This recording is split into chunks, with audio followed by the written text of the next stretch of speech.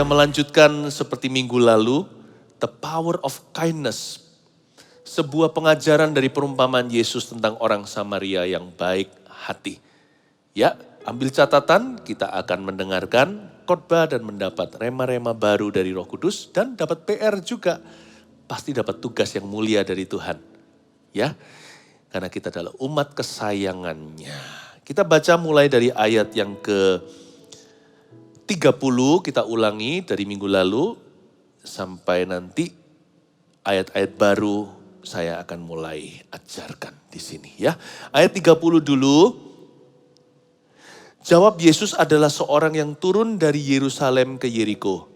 Ia jatuh ke tangan penyamun-penyamun. Oh, saya lupa beritahu ya. Lukas pasal 10. Saya lupa beritahu di mana. Lukas 10 ayat 30. Kita baca sekali lagi ya. Jawab Yesus adalah seorang yang turun dari Yerusalem ke Yeriko. Ia jatuh ke tangan penyamun-penyamun. Yang bukan saja merampoknya habis-habisan, tapi yang juga memukulnya.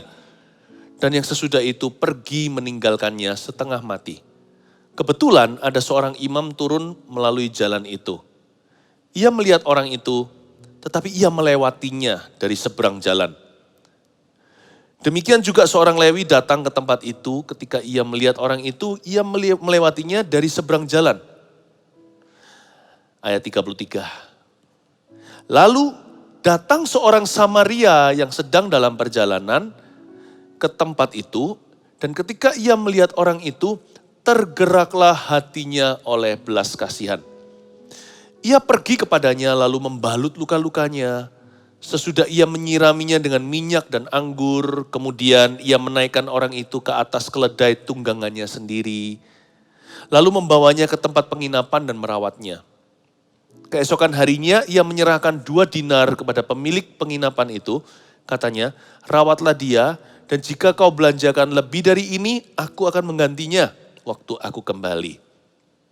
Siapakah di antara ketiga orang ini menurut pendapatmu adalah sesama manusia dari orang yang jatuh ke tangan penyamun itu?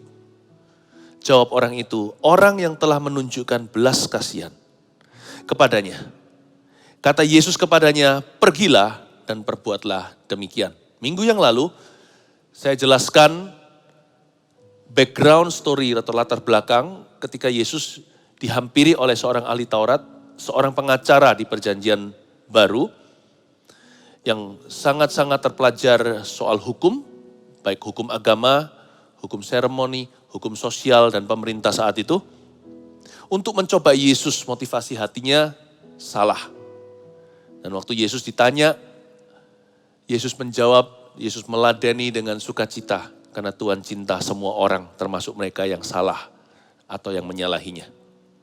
Yesus ajarkan, ingatkan hukum kasih. Nah, lalu Yesus memakai sebuah perumpamaan yang kemungkinan bisa jadi itu kejadian sungguhan. Karena memang banyak orang dirampok di rute itu, Yerusalem ke Yeriko. Ya, itu adalah daerah yang rawan. Nah di sini ada seorang Yahudi yang jatuh ke tangan penyamun, dirampok habis-habisan. Dipukul, ditinggalkan setengah mati dalam kondisi seperti itu, ditinggal. Ditinggal untuk meninggal dunia. Ada 2 orang lewat. Pertama imam, seorang pendeta. Lalu lewat dari seberang jalan, seolah tidak terjadi apa-apa. Padahal dia tahu orang itu perlu dibantu. Lalu seorang Lewi juga. Seorang Lewi itu dibawanya imam. Dia juga sama.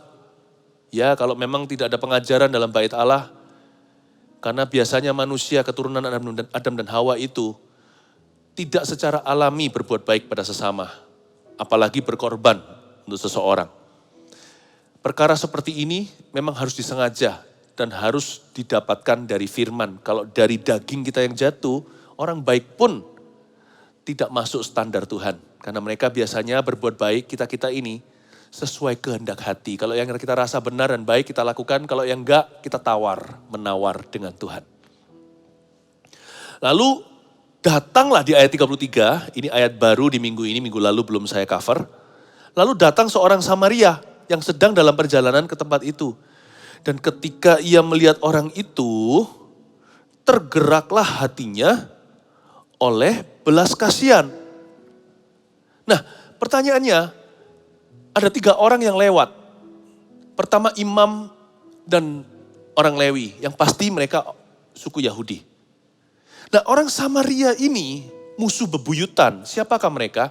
Orang Samaria adalah orang yang menempati daerah Israel ini pada waktu mereka sebagai bangsa kalah perang, diangkut oleh Assyria, lalu disebarkan kemana-mana sehingga 10 suku punah.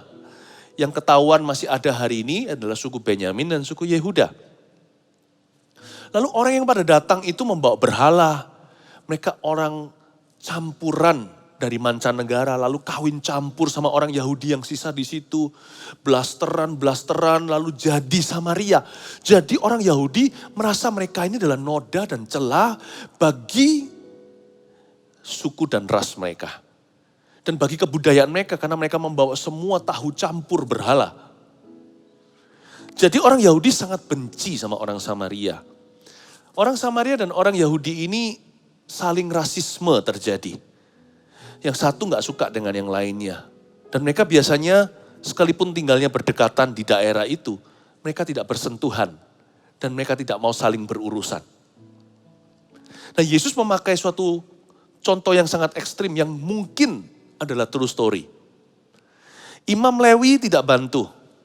Karena mereka mungkin punya alasan sendiri. Sudah saya jelaskan minggu lalu.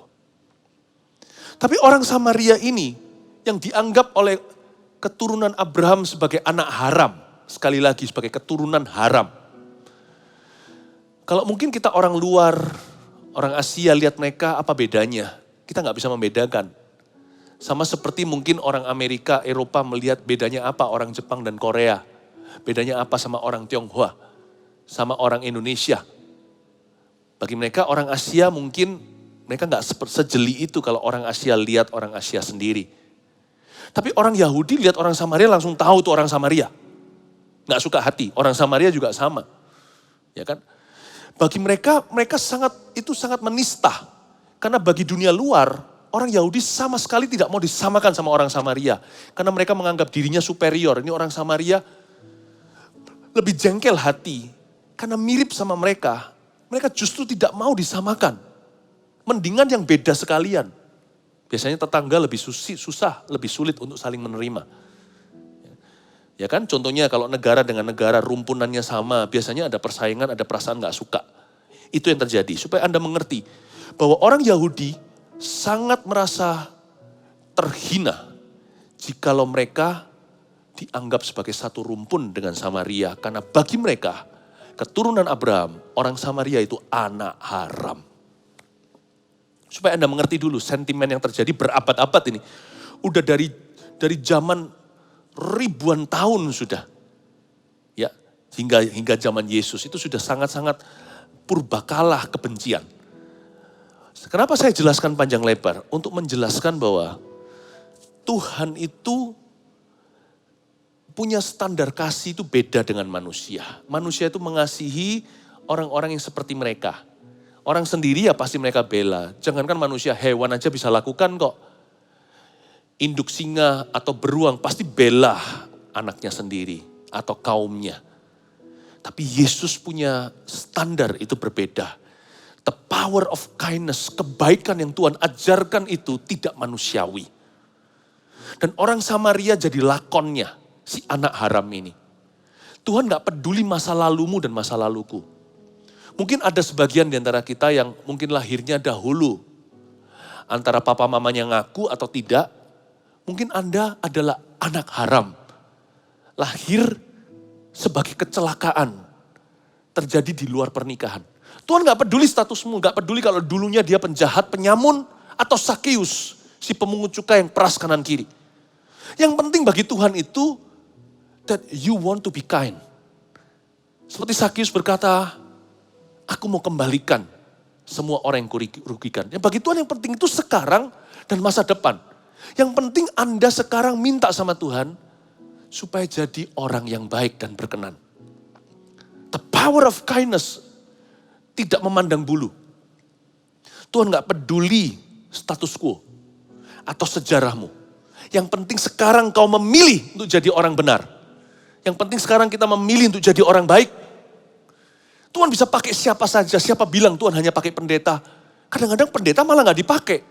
Kalau lengah seperti Imam dan Lewi ini, yang salah prioritasnya, yang tidak peka dengan kebutuhan di sebelah kanan dan kirinya, pikirannya seremoni melulu, atau roh agamawi.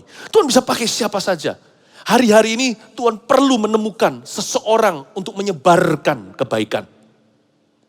Kebajikan kemurahan itu bukan jadi slogan, tapi menjadi pengalaman hidup orang-orang di sekelilingmu. Tuhan lagi mencarimu, orang yang bersedia menjadi saluran berkatnya. Termasuk jikalau Anda selama ini merasa Anda pupuk bawang, Anda bukan siapa-siapa, orang berdosa masih bergumul. Tuhan bisa memakai Anda. Malah justru kalau hati Anda sekarang terbuka, kindness atau kebaikan yang akan segera Anda lakukan di dalam nama Tuhan itu yang justru akan memutarbalikkan. Sakius itu bertobatnya bukan karena dia maju ke altar call atau mendengarkan khotbah, dia menyerahkan dirinya, bukan. Dia mau berbuat baik, malah justru menimpa dirinya sendiri. Bukan karena dia selamatkan karena kebaikannya, tapi karena hatinya tertuju kepada kebaikan, Tuhan ubahkan seluruh batinnya. Sehingga Tuhan berkata, malam ini keselamatan turun atas atap rumah ini. Kalau hati Anda menuju ke Tuhan, semua dosa masa lalu pun akan ikut-ikutan dibawa untuk diampuni. Makanya Yesus ketika dicuci kakinya, diseka dengan rambut wanita yang adalah pelacur itu. Banyak roh jahat mungkin tinggal di dalam diri dia. Yesus berkata, perbuatannya, dia banyak berbuat kasih. Oleh karena itu dia diampuni. Bukan karena amal sosialnya. Tapi kalau hati orang tertuju kepada Tuhan. Untuk melakukan kebaikan. Bisa-bisa sifat orang itu pun diubah sekalian sama Tuhan. Saya mau beritahu pada Anda, Allah memilihmu karena hari-hari ini banyak orang membutuhkanmu.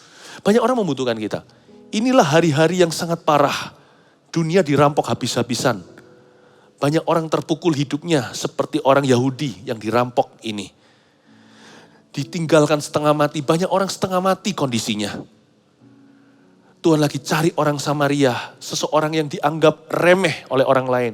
Bahkan diharamkan atau dipandang kurang layak, tidak mampu.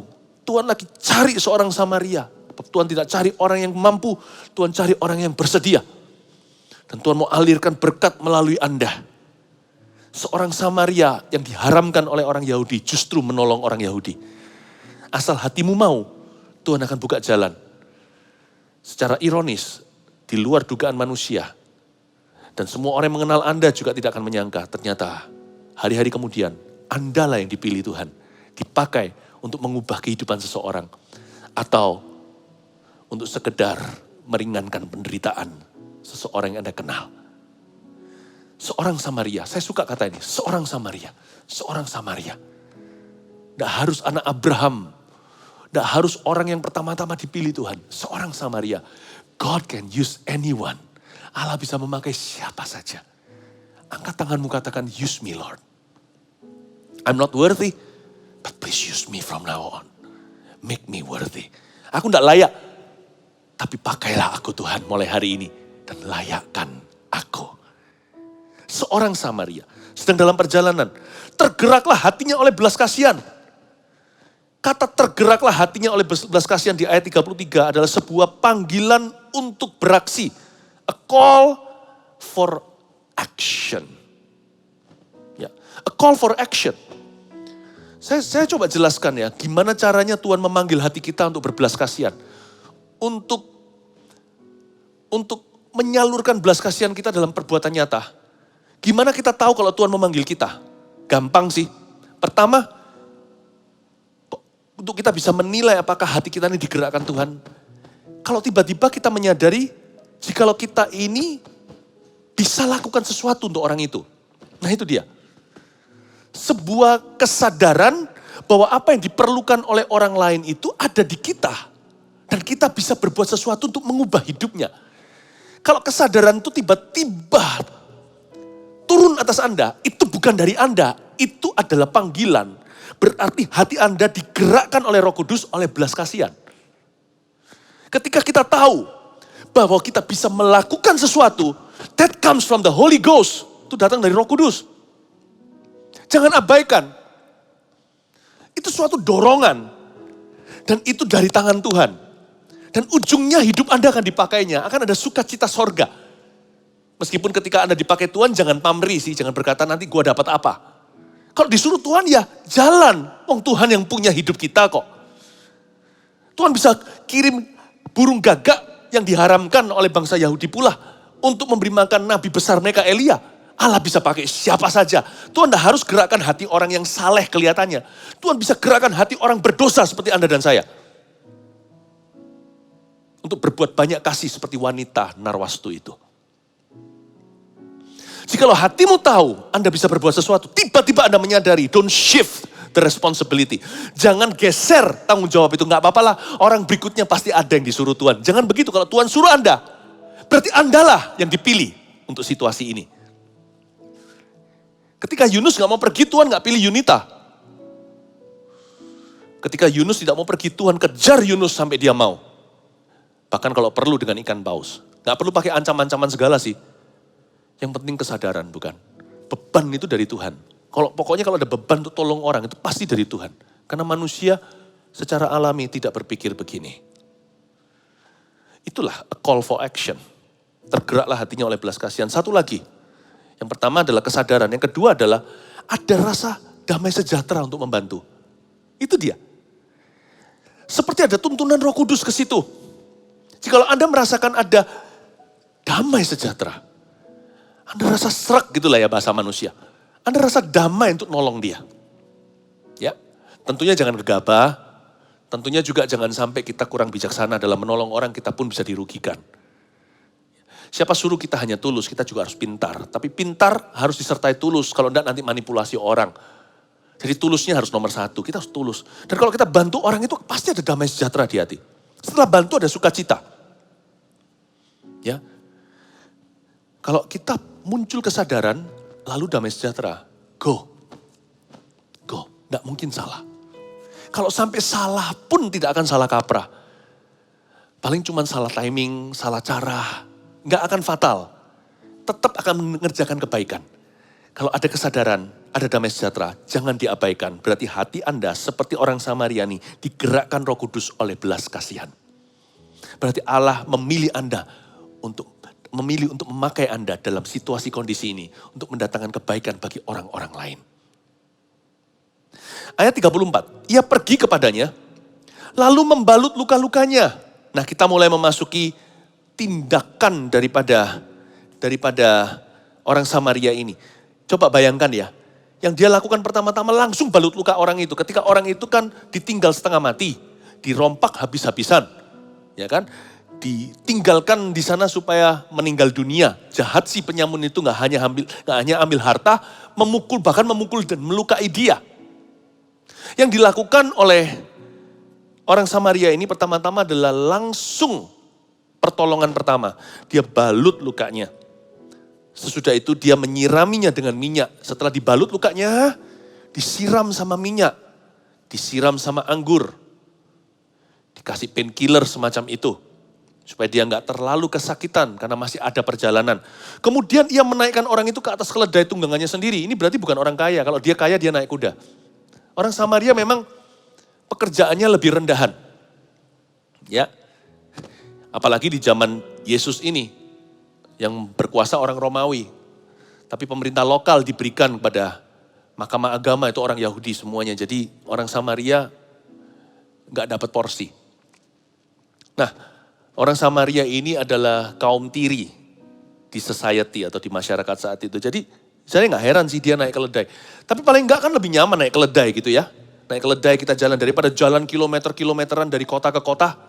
Katakanlah dari Yeriko ke Yerusalem, jalannya curam. Nah kalau kita jalan kembalinya nanti ke Yerusalem, dari lembah ke gunung, naik gunung lumayan lah ya. Tapi kalau naik hewan, kan hewannya yang capek dan binatang lebih kuat dari manusia.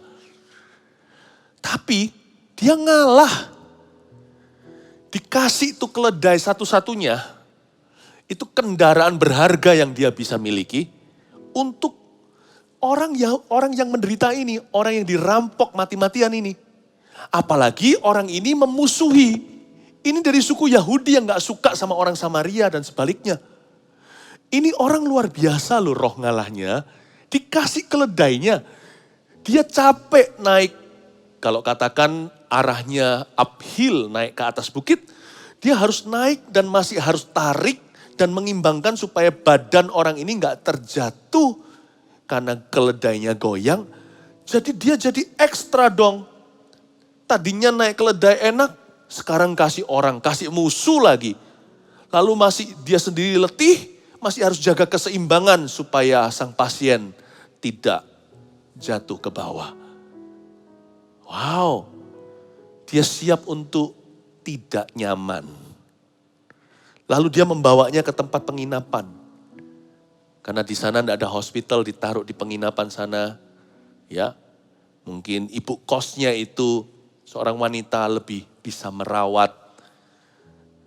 Lalu dan merawatnya. Keesokan harinya ia menyerahkan 2 dinar, dikasih uang lagi.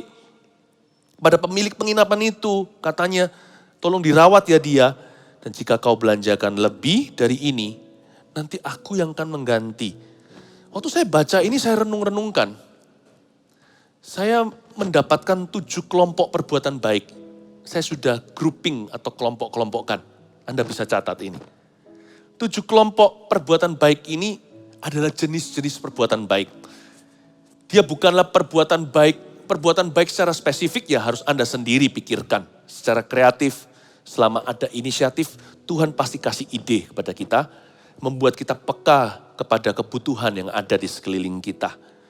Ya, kalau kita hatinya tertuju ke memberkati orang lain, to bless a friend, Tuhan pasti akan tunjukkan kebutuhan. Mata kita akan dicelikkan untuk melihat bejana berikutnya yang perlu diisi yang sekarang hampa. Tapi saya grouping, kelompokkan supaya lebih mudah. Atau esensi sifat-sifat perbuatan baik atau kindness itu seperti apa. Yang pertama, ya saya sebut di sini menolong segera. Yang dilakukan oleh sang pria Samaria ini di ayat 34.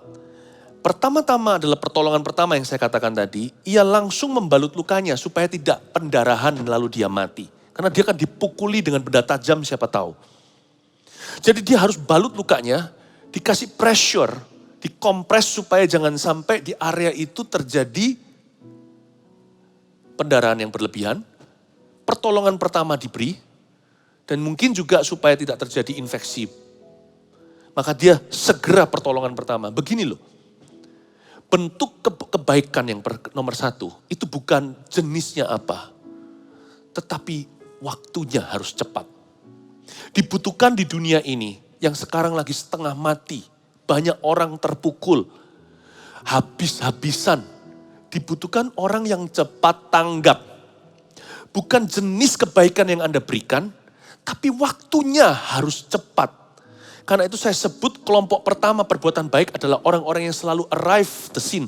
Orang yang selalu sampai dulu di tempat kejadian secepatnya, istilahnya tempat kejadian gak harus geografis. Bisa jadi kepekaan kita ketika seseorang atau seorang yang kita kenal sedang menderita, kita jadi orang pertama yang meresponinya. Ya kan? Mungkin bagi orang-orang yang patah hati, pundak pertama yang memberikan diri agar dia bisa menangis di sini. Semoga itu keluarga sendiri yang tidak menghakimi. Ketika seseorang jatuh bisnisnya, mungkin orang pertama yang menangis dengan dia. Bukankah Yakobus berkata, merataplah dengan orang yang meratap. Ya kan? Mungkin orang pertama yang berdoa bersamanya. Dan serahkan situasi ini ke kaki Yesus. Pokoknya, perbuatan baik nomor 1 adalah membalut luka. Alias menolong segera. Jadilah orang yang cepat tanggap. Kalau bicara soal kebutuhan orang lain di sekelilingmu. Jadilah orang pertama yang angkat tangan seperti Yesaya, ini aku. Bukan utuslah dia, ini aku, utuslah aku. Itu dia. Dan ini bisa jadi dalam bentuk kata-kata yang diberi. Orang pertama yang memuji, orang pertama yang memberi seseorang comfort. Atau mungkin tidak ada kata-kata sama sekali kalau ada satu orang tiba-tiba ditinggal mati oleh seorang yang dia kasihi. Katakan pasangannya, lalu dia sekarang jadi janda. Mungkin Anda teman wanitanya, orang pertama kata-kata yang elus-elus dia. Jangan coba gurui, gak apa-apalah dan sebagainya, jangan kasih nasihat murahan. Mungkin yang pertama menolong segera yang bisa merasakan penderitaan seseorang adalah dirimu. Saya berdoa kita diberikan roh peka. Karena hari-hari ini dunia berdarah-darah. Nah kalau kita setiap orang hanya berjaga untuk dirinya, siapa yang jadi ambasador Tuhan? Siapa yang jadi wakil Kristus di dunia? Imam jalan seberang, Lewi nggak jadi jaminan. Samaria pun jadi, anyone, siapapun akan Tuhan pakai. Asal dia mau, dia akan jadi mitra Roh Kudus. Menolong segera. Lalu setelah membalut luka, ingat di ayat 34. Dia menyiraminya dengan minyak dan anggur. Yang kedua, memberikan rasa aman, rasa nyaman.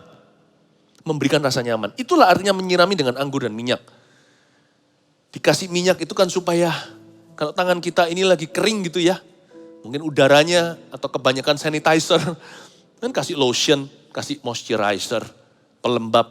Dikasih minyak itu supaya meringankan, supaya rasa sakitnya gak berlebihan. Dikasih anggur, mungkin dengan cara gitu dikasih alkohol kan. Anggur ada alkoholnya supaya tidak terjadi infeksi dan sebagainya. Itu hikmat-hikmat kesehatan di masa-masa lalu. Sekarang jauh lebih kompleks tentunya. Ada antibiotika, ada apa dan segalanya dokter lebih tahu. Tapi pria ini gak hanya tolong dia gitu loh.